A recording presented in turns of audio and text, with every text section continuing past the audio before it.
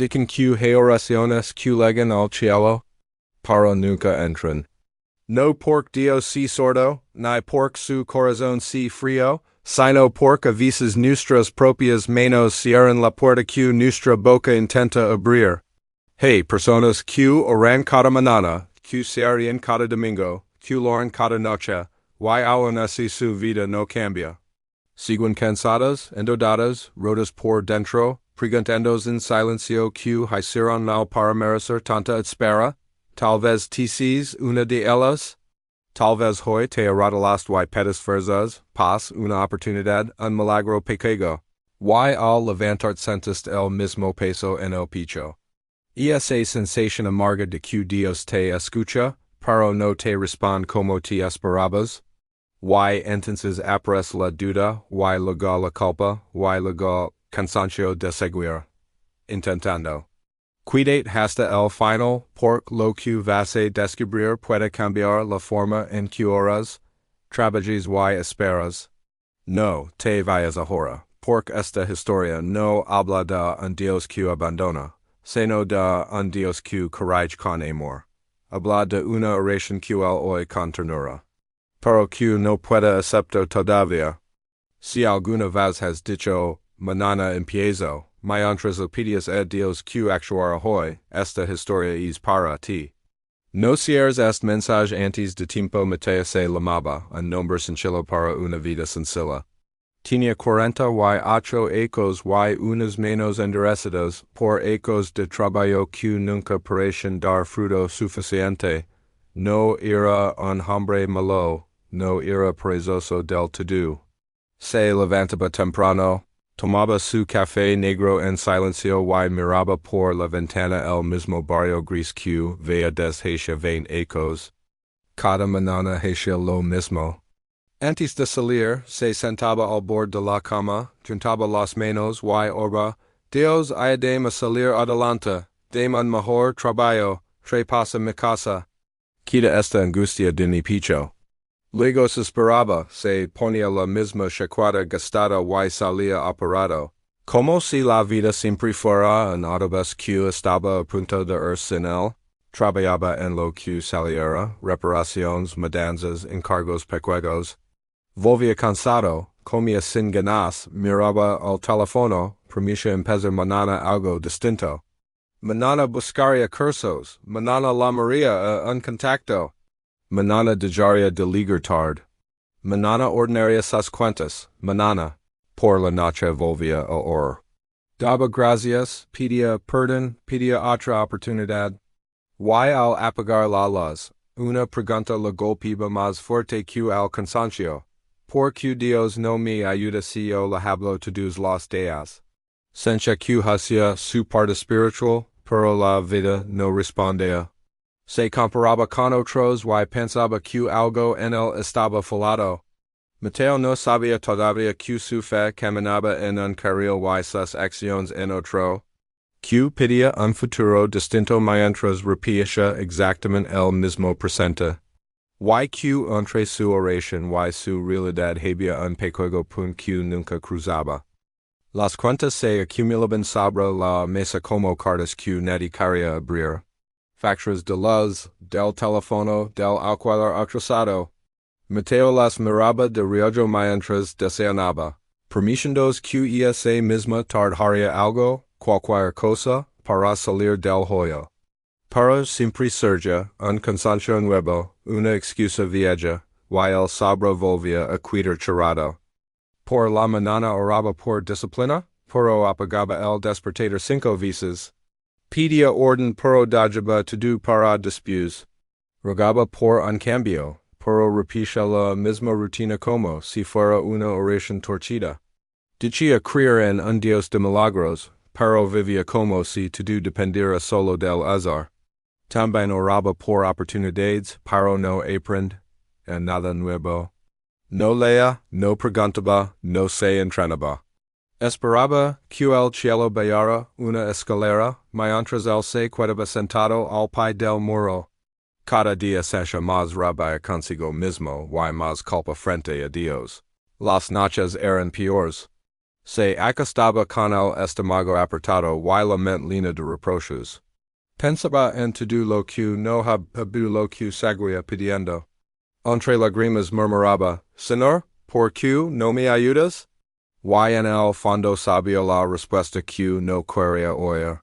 La frustración crecía como una sombra larga al atardecer. Cuanto más oraba, más se enojaba.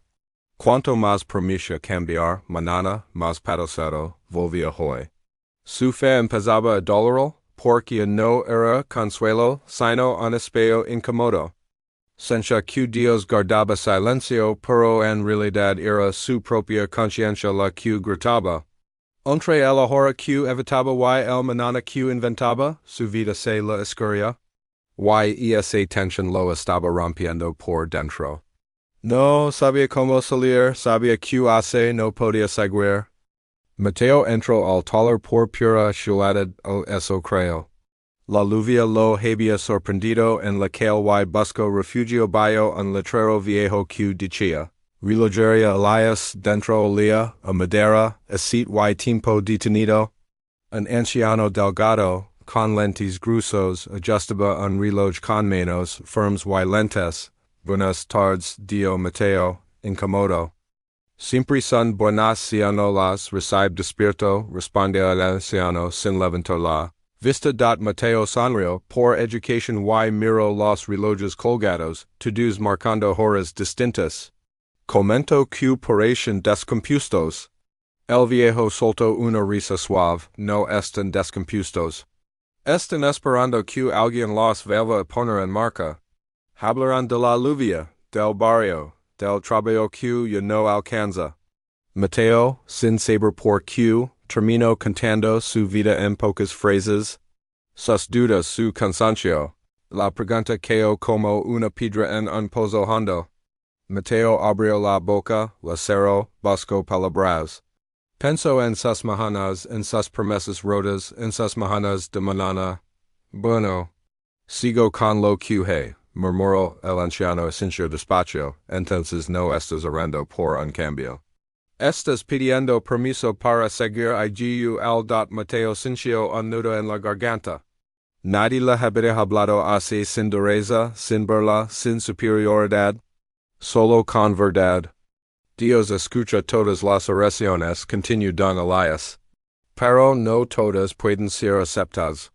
Algunas contradicen la vida que uno elige vivir, el sonido del tic-tac leno el silencio. Mateo no sabía por qué, pero sintió que no había entrado allí por la lluvia. Algo se estaba moviendo dentro de él, como un reloj viejo volviendo a latir otra.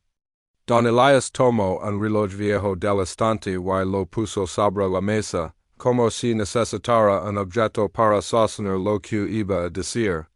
Sus dedos temblaban un poco, no por debilidad, sino por respeto al recuerdo que estaba a punto de compartir.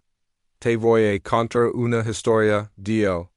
No es mía, es tan vieja, como el polvo de estos engranajes. Hablo de un campesino que cada mañana se arrodillaba frente a su campo vacío y oraba por una gran cosecha. Le pedía a Dios trigo, lluvias suaves, abundancia para su familia. Lo oraba con fe, ayunaba con devoción, prometía agradecer si el milagro llegaba, pero nunca sembraba una sola semilla. Decía que estaba cansado, que no tenía tiempo, que ya mañana lo haría. Pasaron estaciones enteras y el campo seguía desnudo. Y un día, desesperado, gritó al cielo. ¿Por qué no me bendices si yo creo en ti? Entonces una voz suave respondió, Hijo, ¿cómo quieres cosechar lo que nunca sembraste? Mateo sintió un golpe en el pecho, muchos quieren milagros, continuó don Elias, pero rechazan procesos. Quieren la medicina el camino, el fruto sin la raíz. La respuesta sin el esfuerzo, luego señaló una pequeña ilustración de un río en la pared. Mira es río, ha corrido por ahí durante siglos. ¿Crees que cambiará su curso por una sola gota lo dice con fuerza? No, la gota tiene que unirse miles más, día tras día, para abrir una nueva senda. Así funciona la vida. Así funciona la fe. Guardo silencio un momento antes de decir la frase que Mateo nunca olvidaría. Dios no rompe sus propias leyes para salvarnos de nuestra pereza. No porque no pueda, sino porque eso no nos salvaría. Solo nos haría más débiles. Mateo bajó la mirada. Pensó en todas sus oraciones que pedían alivio sin cambio. En su deseo de notario espiritual. En su fe que pedía, alas sin aprender a caminar. Entonces, Dios no me ayudará. Pregunto con voz rota don Elias sonrió con ternura. Dios ya te está ayudando, te está diciendo la verdad. Te está esperando del otro lado de tu primer paso. Effort is also a form of prayer, hijo. Cuando trabajas con honestidad, cuando corajes un hábito.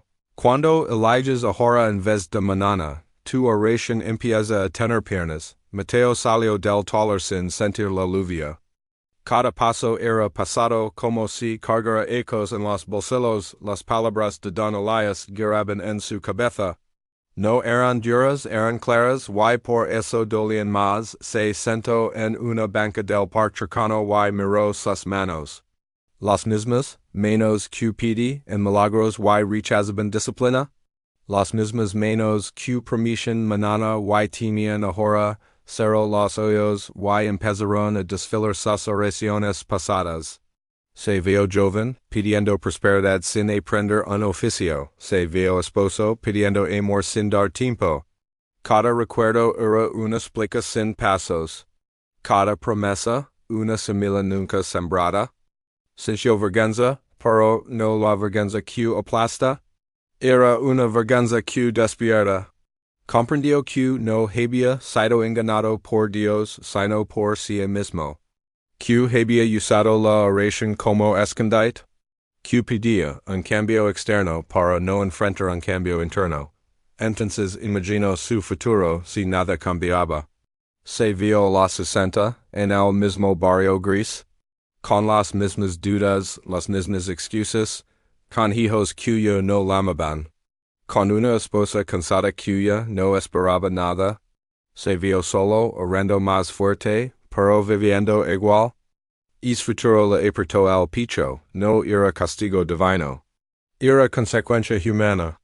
Era la ley simple de sembrar y cosecar. Entendió que Dios no estaba en silencio.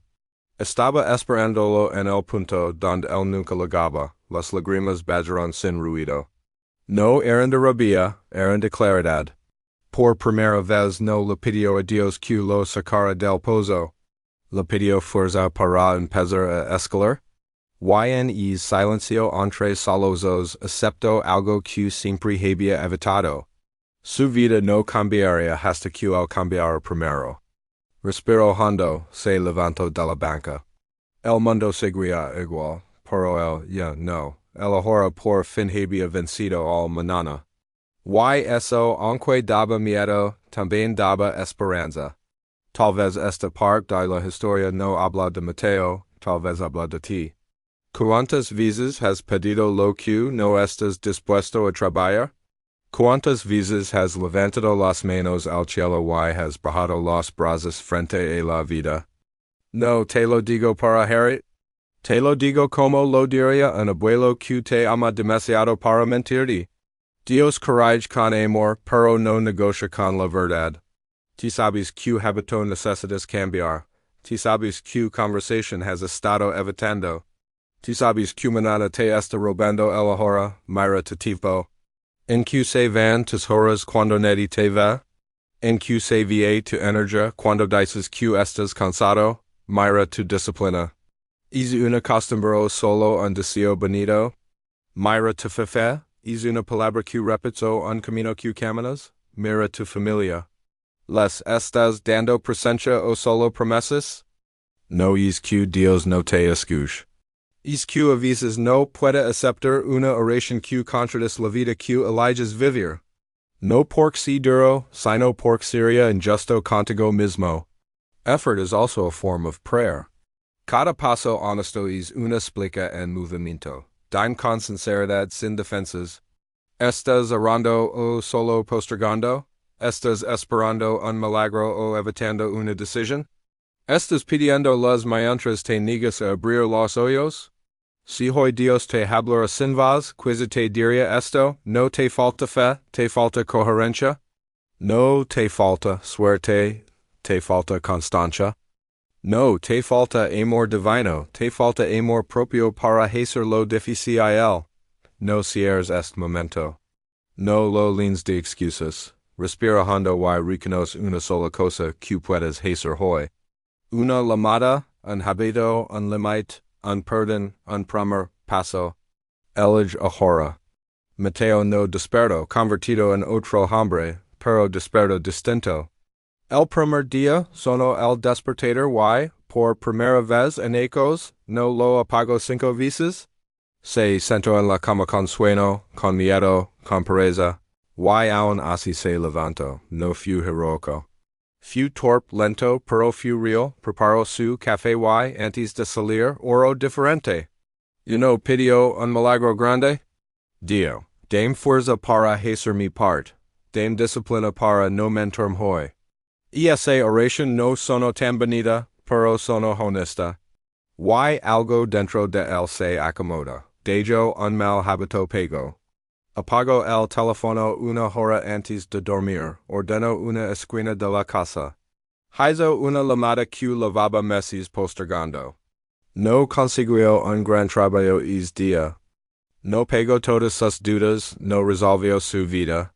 Pero luego puntual. Y eso ya era un milagro. Chiquito del segundo día volvió a acostar. Casi se casi volvió al mañana. Pero recordó la banca del parque, el reloj viejo, la voz tranquila de Don Elias. Y dio otro paso pequeño, leo 10 páginas. Preguntó por un curso barato. Anotó sus gastos en una hoja arrugada. A la semana, algo cambió afuera y adentro. No era riqueza, era orden, no era felicidad completa, era paz ligera. Consiguió un encargo mejor pagado. Su esposa notó el esfuerzo y la sonrió distinto. Sus hijos lo vieron levantarse temprano y no dijeron nada, pero algo en sus ojos volvió a brillar.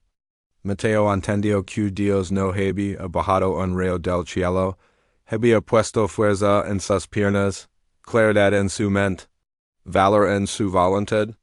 La fecundación empezaba a dar frutos lentos, humildes, verdaderos, y cada noche al or, y no decía, sacame de aquí, decía gracias por hoy. Y eso, sin darse cuenta, era la respuesta que siempre había estado esperando. Mateo no fue perfecto. Una mañana fría, después de varias semanas firmes, el despertador sonó y él lo apagó sin pensarlo. Abrió los ojos 2 horas más tarde con el corazón apretado. Había perdido una cita importante. El viejo peso volvió a caer encima como un croco moja doce, quedó sentado en la cama, mirando el suelo, sintiendo vergüenza. Vergüenza de sí mismo, vergüenza de Dios, pensó, yo ruin todo, siempre soy igual. La tentación de renderse fue fuerte, diarlo todo otra vez. Volver al mañana cómodo. Se levantó despacio y caminó sin rumbo por la casa. En el silencio recordó la voz de Don Elias, caer no cancela la siembra. Y esa frase la atravesó el pecho como luz en una habitación oscura. Comprendió que no había falado su vida entera, solo un día se arrodilló junto a la cama y oró bajito. Perdóname por hoy. No quiero usar este error como excusa. No pidió castigo, pidió fuerza. No pidió empezar mañana, pidió volver ahora.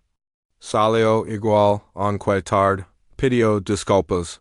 Aceptó la consecuencia sin esconderse. Esa noche estaba cansado, pero no derrotado. Entendió que la disciplina no es no caer, es levantarse con humildad y segura delante hoy mismo medio empezó a entender algo que antes le parecía injusto. Dios siempre había escuchado sus oraciones, incluso las más torpes y egoístas. No había silencio divino, había un espacio sagrado entre lo que hacía. Es espacio no era castigo, era invitación. Comprendió que Dios no esperaba perfección, esperaba coherencia. No en salto gigante sino pasos alanidos con sus palabras. Una noche se sentó en la cocina, con una vela encendida, y el cuaderno de cuentos abierto. Oro distinto otra vez. Dio, Señor, gracias por no rendirte conmigo cuando yo me rendía conmigo mismo. Gracias por cada paso pequeño. Dame constancia para seguir sembrando aunque no vi fruto hoy. Su vazia no temblaba de quia, temblaba de humildad. Al terminar no sintió una luz caer del cielo en una promesa escrita en la pared. Sintió algo más sencillo y más fuerte paz. Una paz que venía de saber que estaba caminando en la misma dirección que su oración. Por primera vez entendió que Dios no premia palabras bonitas, bendice corazones obedientes. Empezó a agradecer antes de ver resultados. Agradecía por el trabajo humilde, por la mesa sencilla, por la fuerza de levantarse temprano. La gratitud fue cerrando la puerta de la cueva. Donde antes había reproche, ahora había responsabilidad. Donde antes había espera pasiva, ahora había fe en movimiento. Mateo ya no preguntaba por qué Dios no lo ayudaba. Preguntaba en qué podía ayudar el hoy a la obra que Dios estaba haciendo en su vida. Y en esa pregunta nueva encontró algo que nunca había tenido. Dignidad. La dignidad de un hombre que camina con Dios y no solo la habla desde el suelo. Sonrió cansado, pero en paz, sabiendo que su oración por fin tenía dirección y piernas. Y un futuro distinto, real,